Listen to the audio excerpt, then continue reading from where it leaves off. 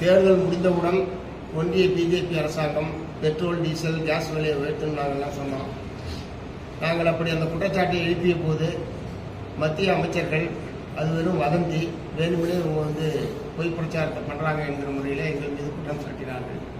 இப்போது தினந்தோறும் petrol, diesel விலையை உயர்த்துவோம் என்கிற அளவுக்கு ஏற்கனவே வணிக சிலிண்டருடைய விலையை ஒரே நாளில் 1000 ரூபா உயர்த்தினாங்க. அதே மாதிரி 5 கிலோ சிலிண்டருடைய விலையை 260 ரூபா உயர்த்தினாங்க. இப்போ ஒரு 4-5 நாட்களுக்கு முன்பாக பெட்ரோல், டீசல் ரெண்டுடைய விலையும் தலா 3 ரூபாய்க்கு மேலே உயர்த்தினாங்க. திரும்ப நேற்றுக்கு தலா 1 ரூபா உயர்த்தியிருக்காங்க.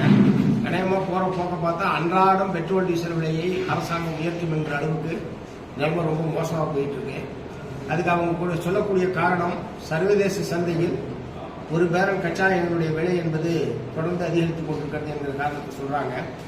யுத்தம் துவங்கிய போது பிப்ரவரி மாதம் 28ஆம் தேதி $70 இருந்த ஒரு பேரல் கச்சா எண்ணெயுடைய விலை இன்றைய தினம் $110 மேலாக உயர்ந்திருக்கிறது என்பது உண்மைதான்.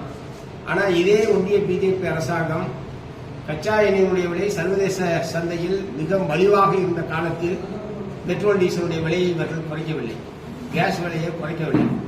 மாறாக அந்த விலையை அதில் வந்த லாபத்தை பூரா தனியார் கம்பெனிகளும் எண்ணெய் நிறுவனங்களும் கொள்ளையடிப்பதற்குத்தான் மத்திய அரசாங்கம் அனுமதித்ததை தவிர விலை குறைவை மக்களுக்கு வழங்குவதற்கு அவர்களுக்கு மனமில்லை.